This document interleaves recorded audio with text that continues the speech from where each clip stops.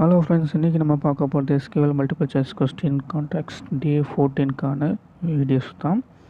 நான் சுபாஷ் சேனல் இதுக்கு முன்னாடி சப்ஸ்கிரைப் பண்ணலாம், சப்ஸ்கிரைப் பண்ணிட்டு பாருங்க. வாங்க வீடியோவுக்குள்ளே போகலாம்.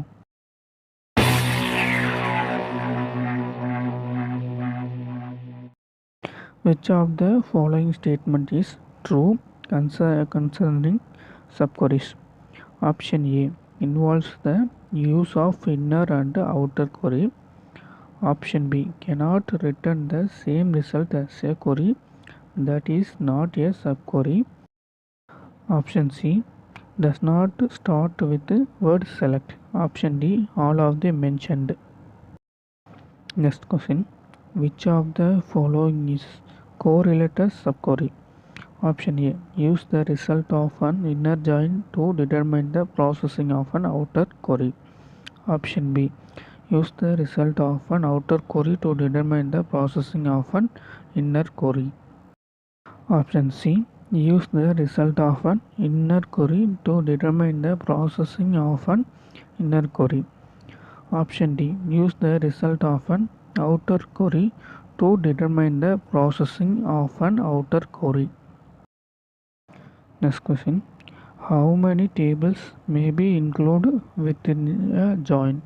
Option A 1, Option B 2, Option C 3, Option D all of the mentioned. Next question. The following SQL is which type of join? Select customer underscore T dot customer ID, comma, order underscore T dot customer underscore ID, comma, name, comma, order underscore ID from customer underscore T, comma, order underscore T. Option A echo join, Option B natural join, Option C outer join, Option D Castrian join. The video gonna final question. Which is not a type of join in TSQL? Option A echo join, Option B natural join, Option C outer join, Option D Castrian join. Okay friends, இந்த கொஸ்டினுக்கான ஆன்சரை comment பாக்ஸில் பின் பண்ணுங்கள். இன்னும் நம்ம channel subscribe பண்ணலாம், subscribe பண்ணிவிட்டு உங்கள் friends and சர்க்கிளுக்கும் இந்த மாதிரி கான்டெஸ்ட் நடக்குதுன்றதை ஷேர் பண்ணுங்கள். நம்மளுக்கு மேலும் சப்போர்ட் பண்ணுங்கள். Thank you, bye bye, take care.